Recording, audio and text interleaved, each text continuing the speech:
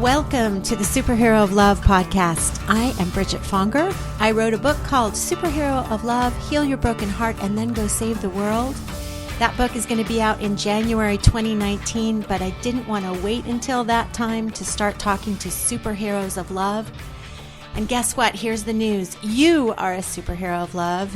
And through talking to other superheroes like yourself, tapping into that little superhero inside of you, I'm hoping that you and I and all of us start feeling more and more like superheroes of love, meaning that we love and are loved more than ever before. So welcome. Let's get this party started.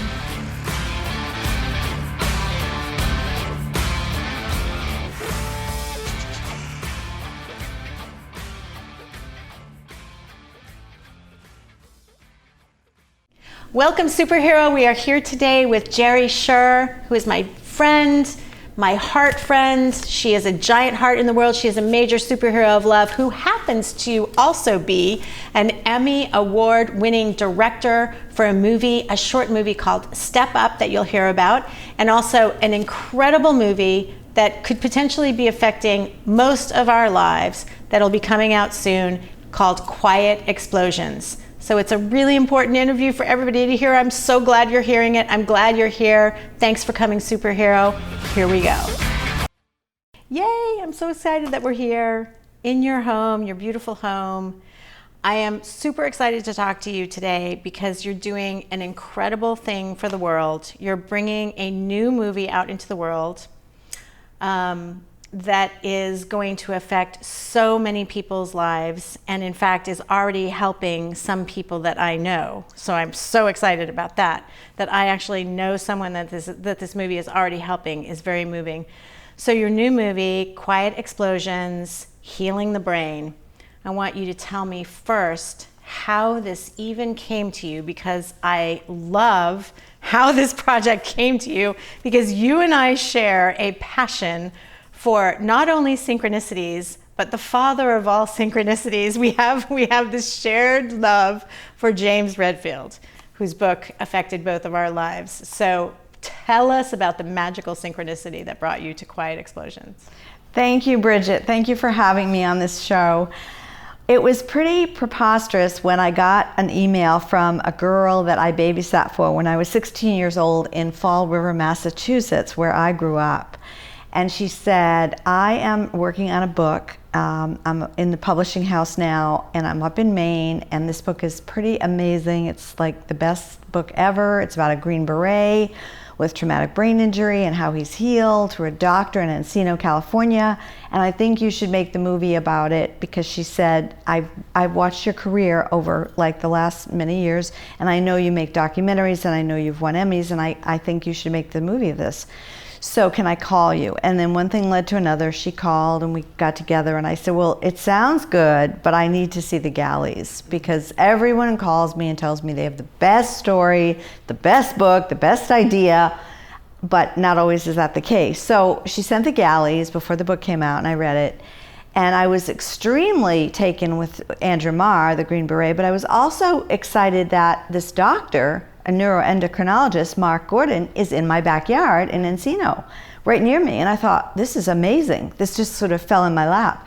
So I told her she could have Andrew call me, and we talked. He was in Texas at the time, and he wanted to come out and see me, and we were going to schedule it. But I was leaving in 2 weeks for a big job in Australia and New Zealand, so he said, I'm coming next week. And he came.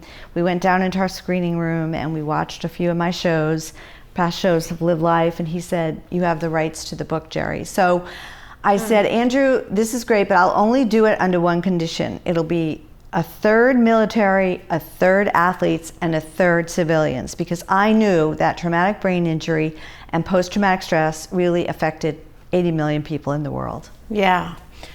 Thank you for doing that, because we have a mutual friend, a civilian, who is starting work with him, and that's what this movie is going to do. It's like it's going to be this endless synchronicity of somebody seeing it and telling somebody about it. And thank you for that amazing work. Actually, tell us a little bit also.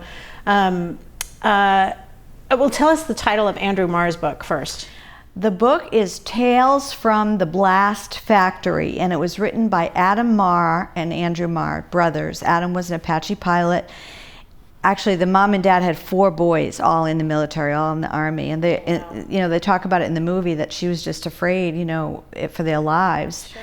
And, Andrew was in Afghanistan, and, the other Marine who's in the movie was in Iraq, and then Kevin, who's in the movie, was in Afghanistan. So they were all in very dangerous situations. Green Berets, let's face it, they do the work, the hardest jobs, and they're sent in when nobody else can fix it. So the blast trauma that they hear and have in their brain is horrific and causes all these problems besides what they witness. It's just horrifying. Yeah. So tell us about what the Dr. Gordon does that is so breathtakingly new and different.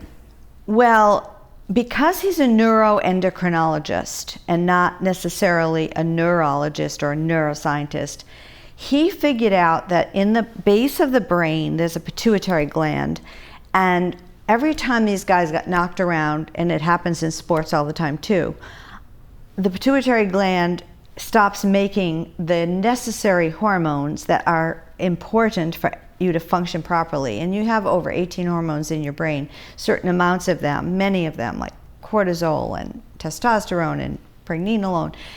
And he figures out through a very intensive blood work study, and only one lab in the country does it, in Jupiter, Florida, and they can figure out what's missing in the brain, which hormones are not there anymore, or what degree is not there. And they can replenish those hormones in a very specific kind of way, 20 milligrams of this or 100 milligrams of this, morning, night, and so on. And these people are then getting better, and they have a new life.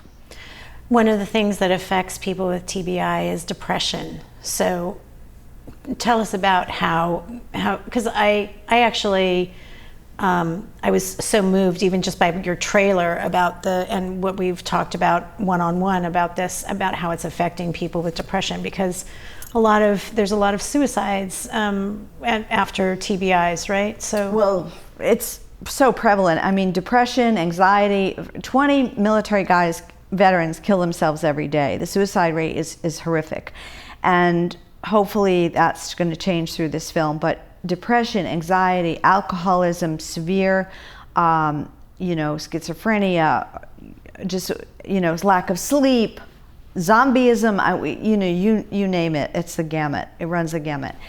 And what happens is they feel badly because they can't function anymore. They can't even remember their names sometimes, because a lot of the cognition that used to be in their brain is gone. One guy, he couldn't remember his kids' names.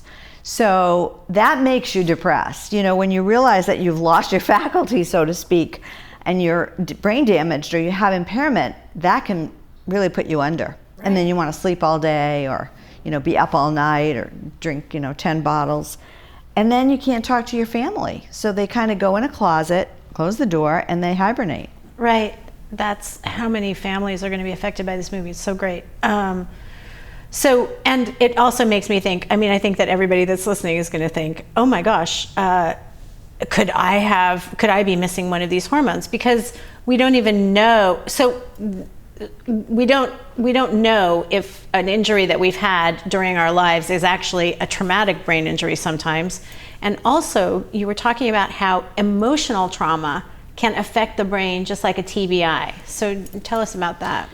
Well, that's for sure. Many people have fallen off a bicycle and hit their head, or been in a little car accident over the years, that you kind of forget that something happened to you.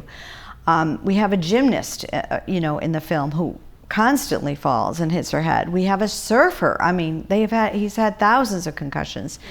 Yeah. There are so many people that are affected, and emotionally, there's a big thing with, like in the military, women and men are raped, and they have emotional scars. And then grief is another big problem with an emotional scar, with losing your partner or your buddy, and then having him die in your arms. So this all causes inflammation in the brain, and that's what happens with the symptoms from the inflammation. Okay. And that's why a lot of people with emotional trauma have the same symptoms exactly as the people who are in the football field and get their head smashed. That is amazing. I remember you were saying that when somebody at Disney saw the movie. Tell us about that story. Yeah. So David Kornblum, who is the senior vice president of Walt Disney World, came to our distributor screening, and we were just very excited and taken that he came. And he called me, he loved the film, and he called me the next morning, which was really nice. Everybody says to me, it's great that he even took the time to call you. And he said, you know, if you're over 40, every person who has a brain has to see this movie. That's because, what I'm thinking too. You know, Alzheimer's and dementia comes in and all these things you worry about. He said, I want to go right now after seeing your movie and get my brain scanned. Yeah. So I thought, wow. But of course, Disney wants, you know, children's fare, so they're not going to be the one to take this to the world. But he was very taken, and I said to myself, wow, every person who has a brain needs to see Quiet Explosions. Yeah, that's what I'm thinking too. I'm sure that everybody's thinking the same thing. And emotional traumas, we've all had emotional traumas, and we've all fallen. I just fell out of my tree last year. I mean, you know, like, but you know, I really do feel like we should all go and check this out. This is amazing, and hopefully it'll become something that is more widespread, that more doctors are. Is he teaching other doctors to do it? Yes, for sure. So Dr. Gordon has been training in different seminars, people all over the country, how to do these protocols and his methods. He's also in conjunction working with Dr. Amen, because Dr. Daniel Amen, who has the Amen clinics around the country, and he's in our movie, and he's the person who started the SPECT scan to look at the blood flow in the brain, not just an MRI or a CT scan. And this is critical because you can actually see what's happening in the brain through the blood flow. So a lot of the people in our movie have been treated by Dr. Gordon and by Dr. Amen, and also by Dr. Sher, who does hyperbaric oxygen therapy, which is another method that is being used to help the brain. Okay, yeah, tell us about that, because I know that you're excited about the hyperbaric chamber thing. Well, HBOT is a relatively newish thing. I mean, it's been around a while, but now people are starting to talk about it. And it's actually very prevalent in Israel. They can put 200 people in a chamber in one day together. A big, huge... What? Yes.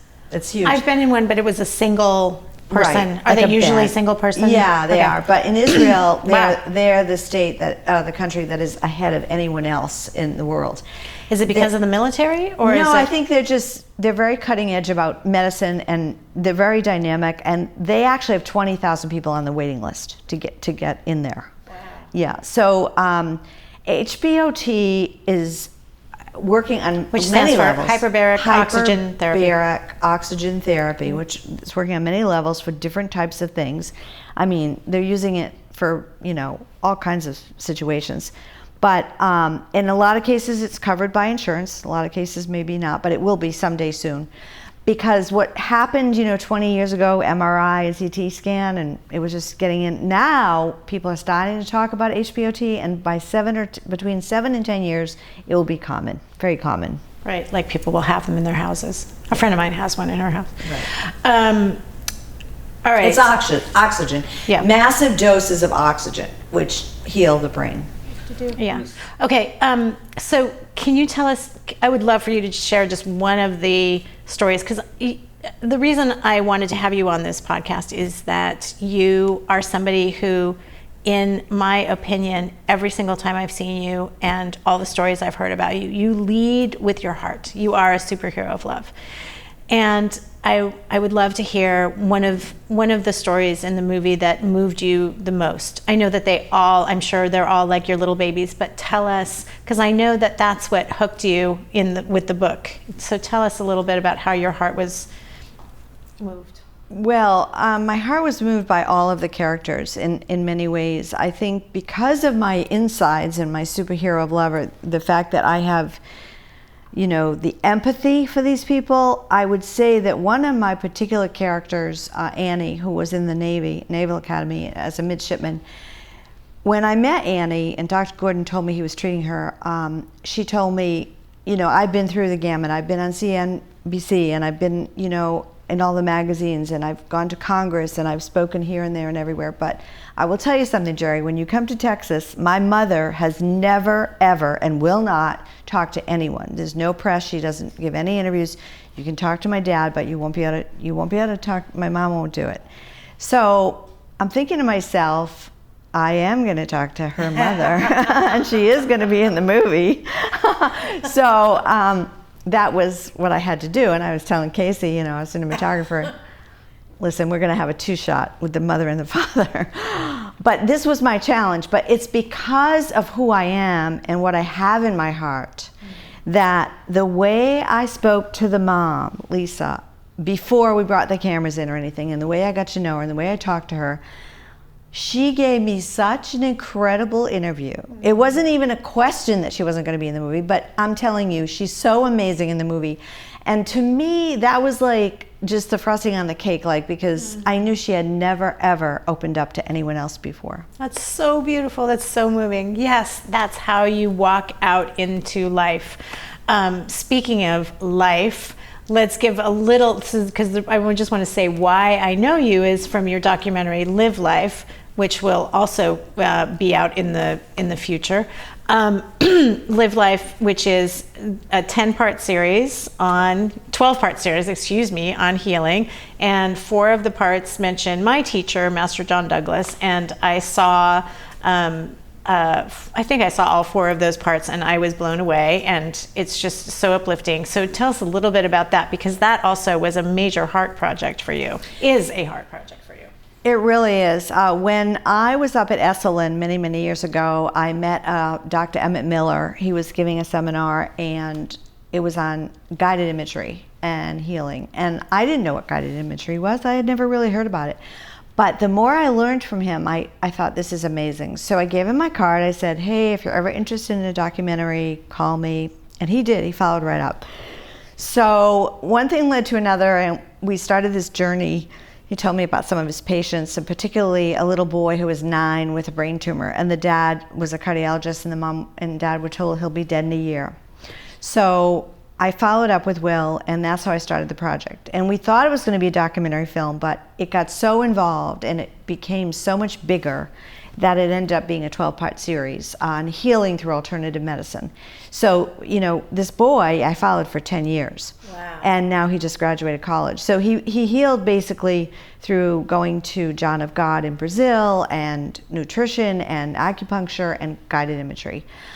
Then I had the fortunate experience of meeting Master John Douglas. So when I met John, and he never really gave anyone else an interview on camera, I said to myself, I am the one he's going to do this for, because I have no agenda. I'm going to tell the truth. I'm going to be truthful and sincere and legitimate, and let the story unravel. And that's what happened. So we have 4 of the 12 stories work around his healing, which is completely way out there. I mean, people would not, think it's nothing to do with Western medicine. Mm-hmm. So, one of our characters in that story had the same type of cancer as Farrah Fawcett, and she should have been dead, and she's been alive and well, and she was with John Douglas, and then she went back to the Mayo Clinic to show them her results, and they said, well, this is impossible. How did this happen? So, something short of a miracle. Something short of a miracle.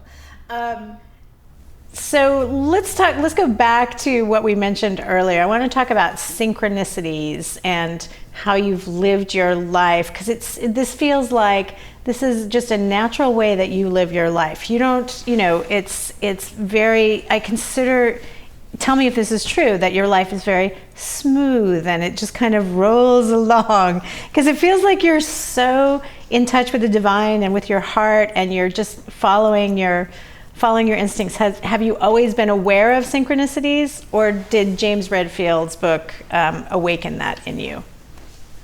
I wasn't always aware. It was James Redfield's book, The Celestine Prophecy, that enlightened me about being aware of who's with me or who comes into my life and why. But it was also my training with Tony Robbins. I actually had the fortunate experience in my second career to be trained by Tony, and I really believe that's how I'm able to move mountains and solve miraculous problems and become a filmmaker without having gone to film school. But you know, not everything is smooth all the time. I'll tell you the truth. I mean, I make sure that they say, you know, make lemonade out of lemons. Okay, I have to do that. That's my job. So if Casey and I are traveling and we have, you know, a situation in Nashville or Atlanta or where, you know, Boise, and it's horrific, I always figure out a way to solve it. You know, I have to think outside the box, and that's what I'm good at. So I'm a problem solver, and I think outside the box. But also, the way I'm able to do that is I never surround myself with anything negative. So in my whole life, I never watch news, I never read a newspaper, I do not want any negativity coming into my brain or coming into my body or my soul or my spirit. I have to keep very positive. The only way that people will be uplifted by me is if I'm positive to them. So I find that if I have a situation that's not positive, it's just me and myself that discuss it in my own brain. I don't I'm not a complainer ever. It's funny, Dr. Gordon and I were talking about this yesterday. We were together, and he was saying to me, you know, he's not a complainer, and there are some people in the world that I'm not either, because you have to be positive. You know, people don't want to be with you if you're not really giving out good vibrations. And the other thing I do is I only surround myself with people like me or better. And that's another thing I learned, you know, from life. Were you like that as a child, though? I just imagine you even as a child. I think so. Flitting around with positivity. Yes, I think so. And I'm the oldest of 4 children. I was always, you know, a high achiever. At 8 years old, 12 years old, I won every contest. You know, I had my artwork was in the museums in Washington, D.C. It was picked from one in the country. So, you know, I've had things happen to me that are unusual, I would say. But it's just because I had good ethics. I had a great upbringing. My parents were always, you know, I had good philosophy. I came from great values. You know, we weren't rich, but we had anything we needed, basically, kind of. And I also graduated college in 3.5 years, magna cum laude, because I had to get to Germany to be with my husband, because he was drafted in the Vietnam War, and we had been married, and I couldn't mess around. It's like I needed straight A's and 7 courses the last semester to graduate early, and I did it. Oh my God. That's a perfect segue into what I want to talk about next, which is your marriage, which is now how many year marriage? August is 50 years. Woohoo! So tell us your secrets to this long and unbelievably happy marriage. Like, you guys are it looks like this is like a second or third marriage for you guys, the way that you act around each other. Like, you're so magically in love.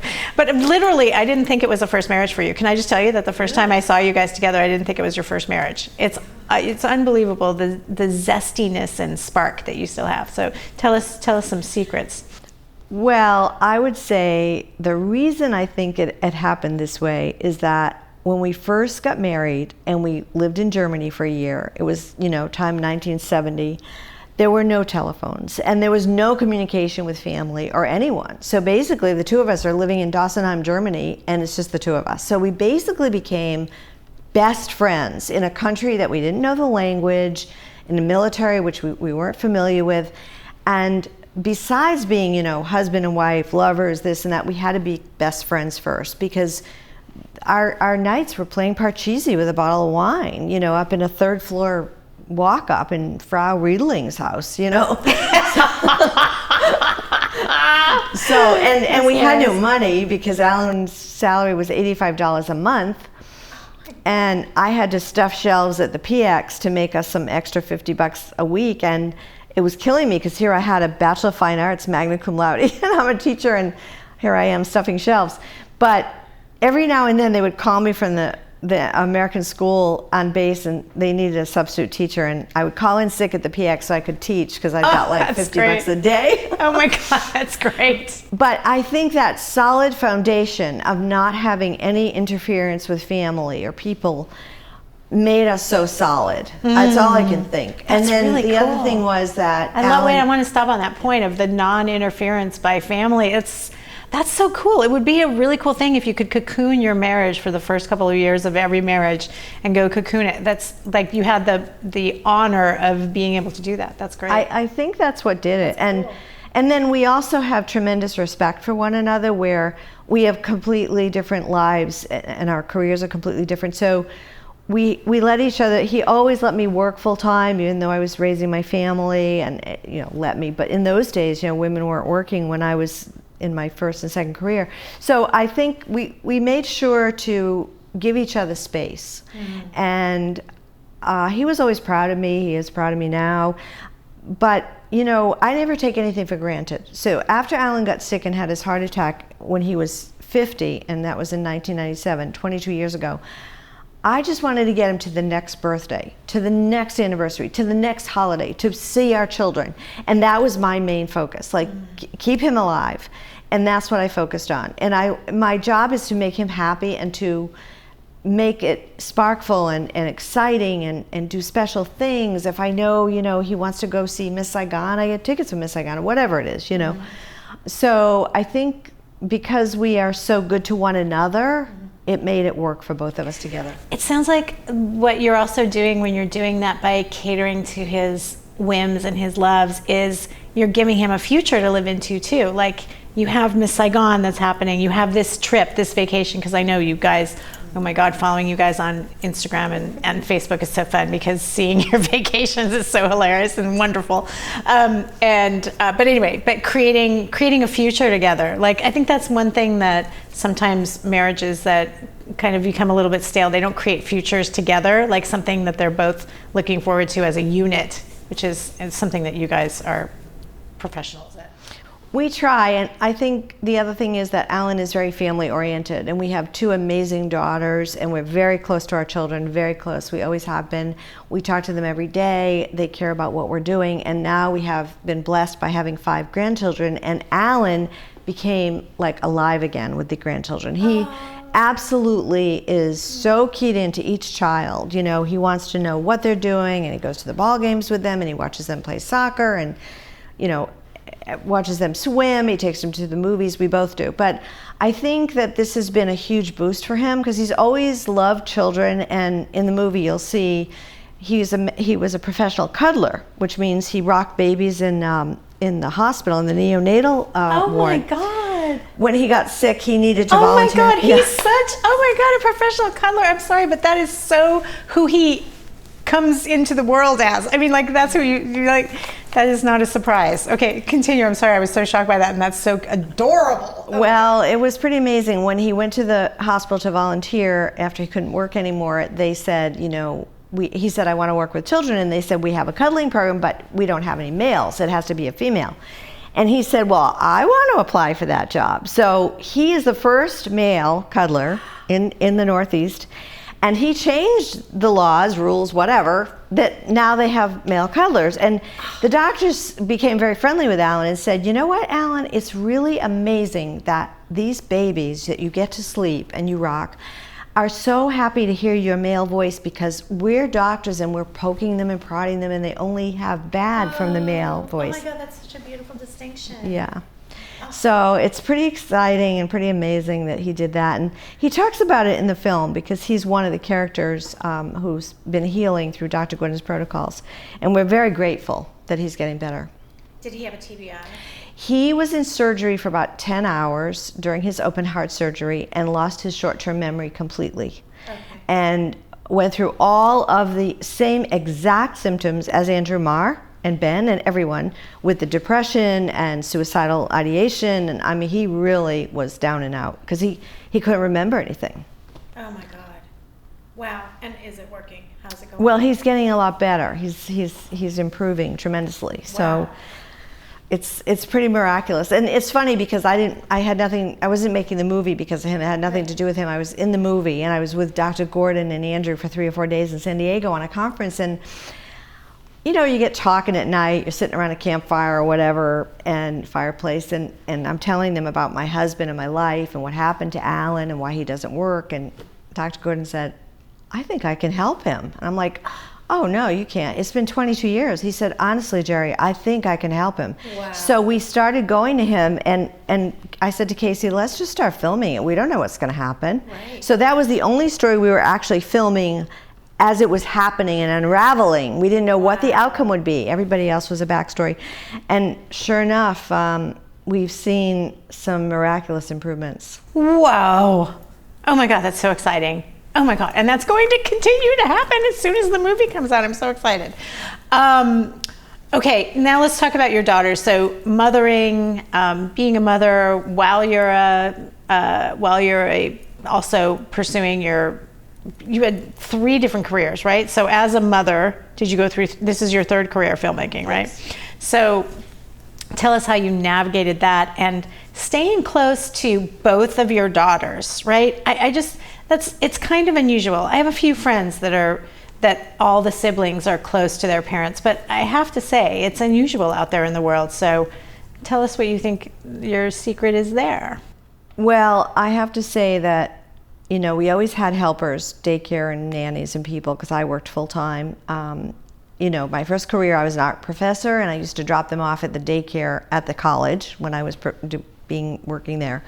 And then later on, when I was in the trucking industry, which is kind of how I learned how to be a producer, I'm sorry, the juxtaposition between art professor and trucking industry is so hilarious. I just love that you have those 2 sides of you. Anyway, continue. Yes, you did. You do learn. You learned there to be a producer. Well, I was the chief negotiator for Fortune 500 companies on their freight budgets, and that's how I learned money and finance and producerial skills and working with the Teamsters.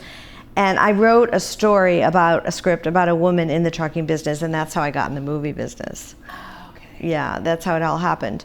But when I had these children, and it was because Alan was Mr. Mom. His office was in the house, and he was a tax accountant, and he did everything for them. He drove them, he did dancing lessons with them, he went to their games, because I was traveling. I was in Maryland or Pennsylvania or whatever, giving freight, working on these companies. So I was able to do it because of the fact that Alan was Mr. Mom, and I think that's why they're so close to Alan as well. But we've always been close, and anything that I experienced that was good for me, I shared with them. So when I did the Tony Robbins thing, and it was so empowering, I made sure that my girls did it. So my children were like 7 and 9. They were the youngest children to ever walk on the hot coals with Anthony Robbins. Whoa. Yeah, and they broke wood with their bare hands, and so I think I empowered them just the way I was being empowered. Mm-hmm. And they always saw, like, I was their role model, I think, that you can do anything. Mm-hmm. Yeah, you've proven that to all of us, which is why I also wanted to have you on here, that you can lead with your heart and be wildly successful. Because sometimes people think that you have to err on the side of one or the other, right? Choosing success and pushing your heart and the love out of your life. So I'm so happy to have you on here. Well, some people think you have to sacrifice family for your career. That true. is not the case, and I would tell every woman out there, you can have it all. You can have a loving family and be a loving parent and have a career. It's just a matter of balancing, and what I always say is I compartmentalize. So it's funny, it's about the brain. But if I'm reading a story to my grandchild, I'm 150% in that story, and I'm never thinking of anything else. Same thing if I'm working. If I'm working, I'm doing that. So I make sure that I divide what I'm doing and just give it 100%. I try to be in the moment. I try to never think about the past and never worry about the future. That's great. Okay, where's your heart taking you next? Because this movie shall soon be out. Distributors are struggling to grab it, and which is a good place to be. So tell us, where's your heart being drawn to next? Well, I want to be there for the opening of the film and doing press and going, to screenings and Q&As. But also, I've been contacted by a few people, people who either have a book out, people who are also in the medical field who want me to work on their story. So I have a lot of good options, but I'm not rushing into anything because I want to see this thing through, and I want to make sure that it has its journey properly. Yeah. And I never really worry about what the next thing is going to be because it always finds me. Like all these great projects find me. That synchronicity thing. Yeah. The babysitter thing when you were 16 years old blows me away. That is so beautiful. That's also a testament to your heart, maintaining those relationships, and like people want to reach out to you after years, and that's a beautiful thing too. Like I haven't heard from a lot of people since my book came out from my childhood or anything and I was thinking that the other day. It's like, Well, now my name is more out there. It's interesting that I haven't heard from anybody, so I should be a little bit more Jerri Sher about my life, I think. Well, it's funny you say that because, Bridget, this is pretty amazing what just happened. But in May, well, it happened in January, they called me from my high school and they said, you've been awarded the Alumni Awards, Achievement Award, whatever. It was some big thing, but it's a very prestigious thing. I mean, they picked me out of, I don't know, 40,000 people or oh my God. Just a big thing. So congratulations. Thank you. So they said, you know, you need to come and you're going to speak to the whole high school and it's a big ceremony. So the publicity went out and it went to, you know, every single graduate from BMC Durfee High School. And I got emails from people, like you said, from my high school that I couldn't believe. This one kid, this guy, he said, I sat behind you in Spanish, and you probably don't remember me, I'm so-and-so. And he said, you changed my life because you said to me, Johnny, I said, Johnny, did you do your college essays? Have you worked on your applications? And I said, no. And I said, you need to get right on that. He said, you inspired me then. And I still remember that. And I thought, oh my God. See, you've been that spark since you were a little girl. I told you, I knew it. It's not a recent development. It's not just Tony Robbins. It's not just anything. It's the way that you live your life. So thank you for sharing your heart with us today, and tell everybody where they can find you and everything that you want them to do. Give us some directions with your wild heart, please. Well, I would say go to quietexplosions.com, which is the main website. You can see the trailer there. You could go to jerrisher.com, which is the JERRISHER.com. That also has the trailer. It has all my other work and different movies. My Emmy, when I won the Emmy. Oh my God, we haven't said that. I will. Wait, I'm going to stop. Let's stop. I'm going to do that in the introduction. Okay. Okay, yes. Great. So start with... So you can see the piece that I did when I won the Emmy, a Step Up movie. You know, just follow us on Facebook. There's a Quiet Explosions page. Know that your relationships with your family, your siblings, which I'm so close to my 3 other siblings, and your parents and your children is very important in your life. It can only make your life richer and better, and that's how I live my life. Oh, so beautiful.